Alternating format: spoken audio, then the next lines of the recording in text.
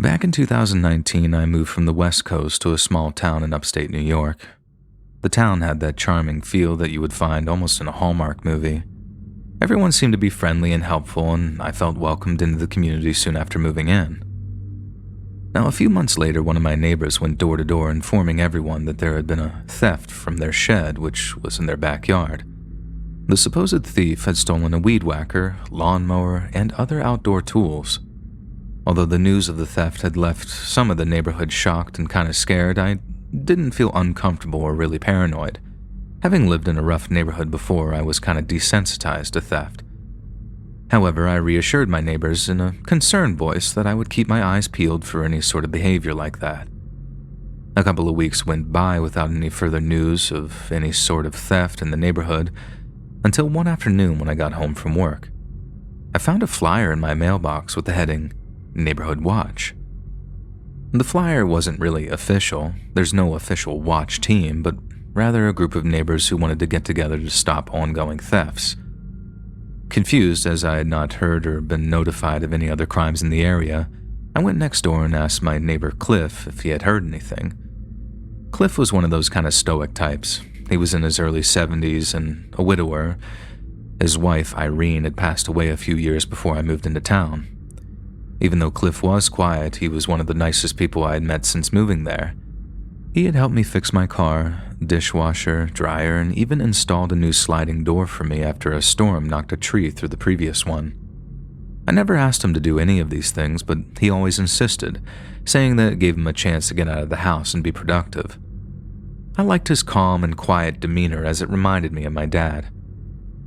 When I asked Cliff if he had heard anything about the ongoing crime, he kind of grumbled in his gruff voice, saying, "I don't really know too much. I guess some punks have been breaking into sheds and stealing stuff. Nothing of mine has been stolen." I nodded and made some small talk with him before I started to walk down his driveway. When I was a few feet away, he shouted to me, "Hey, just be careful and make sure you lock your doors.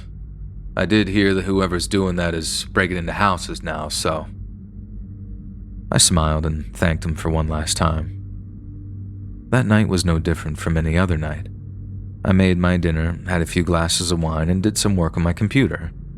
At around 11 that evening, I thought that I had heard something outside, like a cough or something. I made my way to the big window in my living room and looked through the blinds. Across the street, I saw one of my neighbors outside looking right at my house. It was strange and a little creepy, but I thought that he could have been just looking at the stars, so I just sort of dismissed it.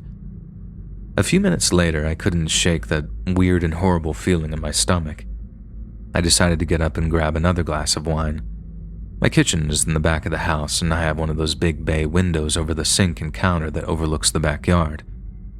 I have a big yard that empties into a small wooded area. When I was pouring another glass, I happened to look out the window and I thought that I saw some movement. I shut the lights off in the kitchen so I wasn't visible from the outside. I cut my hands and looked through the glass of the window. To my disbelief, there was a person in my backyard looking at my house. I couldn't tell who it was as it was too dark and they were far enough away, but it was undeniably a person. While I stood there in a sort of panic, the silhouette of the person started to jog towards my house. I jumped back, trying to process my thoughts. I decided to call the police, but my phone was in the other room. As I composed myself and started briskly walking toward the other room, I heard a loud bang upstairs.